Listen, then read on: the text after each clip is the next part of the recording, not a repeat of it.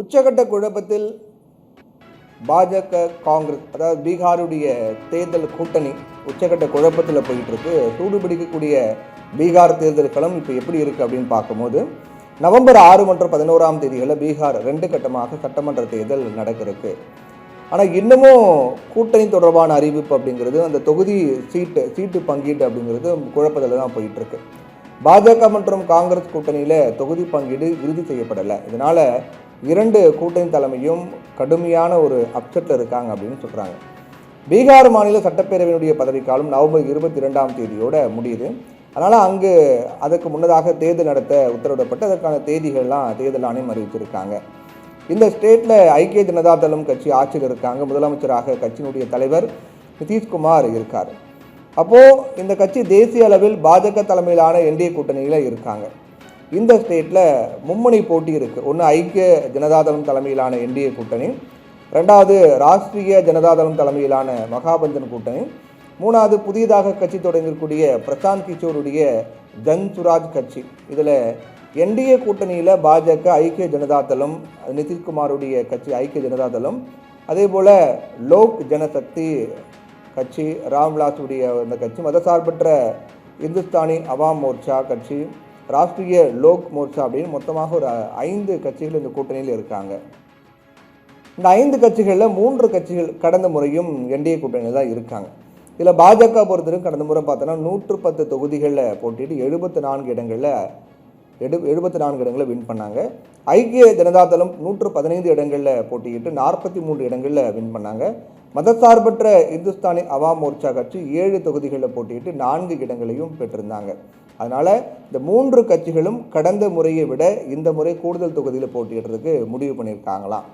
குறிப்பாக மதசார்பற்ற இந்துஸ்தானி அவாம் மோர்ச்சா கட்சி பொறுத்த வரைக்கும் இந்த முறை 15 தொகுதிகள் எங்களுக்கு கண்டிப்பாக வேணுங்கிறத ரொம்ப உறுதியாக இருக்காங்களாம். ஆனால் இந்த கட்சிக்கு பாஜக ஒரு செக் வச்சுருக்காங்க. என்ன அப்படின்னு பார்த்தோம் அப்படின்னா, ஜிதன் ராம் மஞ்சியை மத்திய அமைச்சராக வச்சுருக்காங்க.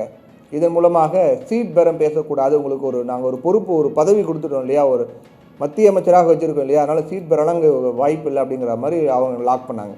ஆனால் ஜிதன் ராம் மஞ்சி பொறுத்த வரைக்கும், எனக்கு இந்த முறை அமைச்சர் பதவி நீங்கள் கொடுக்கலாலும் பரவாயில்ல, எங்கள் கட்சிக்கு அங்கீகாரம் வேணும்னா நாங்கள் குறைஞ்ச ஒரு 15 தொகுதிகளில் போட்டியிடணும், வெற்றி பெறணும் அப்படின்னு போர்க்கொடி உயர்த்திருக்காராம்.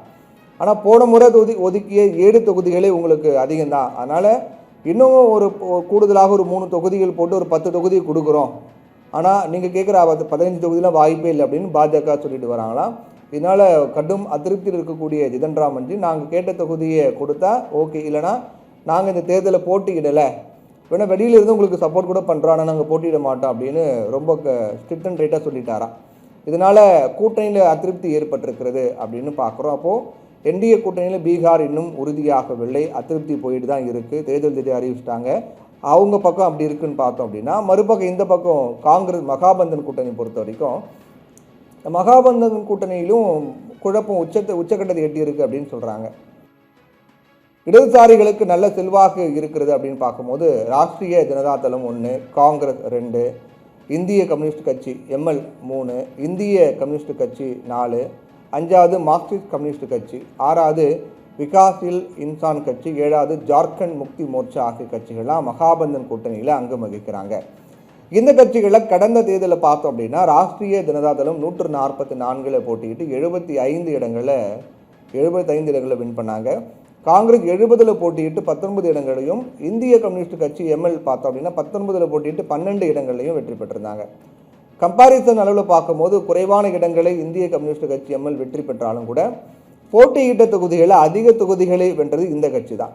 அதாவது ராஷ்ட்ரிய ஜனதாதளம் 52.08 விழுக்காடு வாக்குகளும், காங்கிரஸ் 27.14 விழுக்காடு வாக்குகளும், இந்திய கம்யூனிஸ்ட் எம்எல் பொறுத்த வரைக்கும் 63.16 விழுக்காடு வாக்குகளை வாங்கியிருந்தாங்க. அதனால் இந்த முறை அதிக இடங்களை இந்திய கம்யூனிஸ்ட் கட்சி எம்எல் கேட்டிருக்காங்க. மொத்தம் 40 தொகுதிகளை எங்களுக்கு ஒதுக்கணும் அப்படின்னு அவங்க சொல்லியிருக்காங்களாம். ஆனால் கூட்டணி தலைமை என்ன பண்ணுவாங்க, வாய்ப்பே இல்லை அப்படி தான் சொல்லுவாங்க. அதே போல் வாய்ப்பே இல்லைன்னு சொல்லிட்டாங்க. 30 தொகுதிகளுக்கு குறையாமல் போட்டியிட மாட்டோம் அப்படின்னு சொல்லியிருக்காங்க அவங்க. இந்த கோரிக்கையை இன்னும் கூட்டணி தலைமை ஏற்கலை. அதனால் மகாபந்தன் கூட்டணியிலும் குழப்பம் உச்சக்கட்டத்தில் போயிட்டுருக்கு.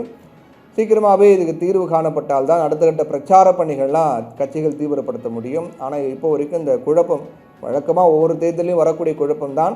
ஆனால் இந்த முறை என்டிஏ கூட்டணி பொறுத்த வரைக்கும் அங்கே இருக்கக்கூடிய அந்த போர்க்கொடி வைத்திருக்கக்கூடிய கட்சியை பொறுத்தவரைக்கும் ரொம்ப உறுதியாக இருக்காங்க.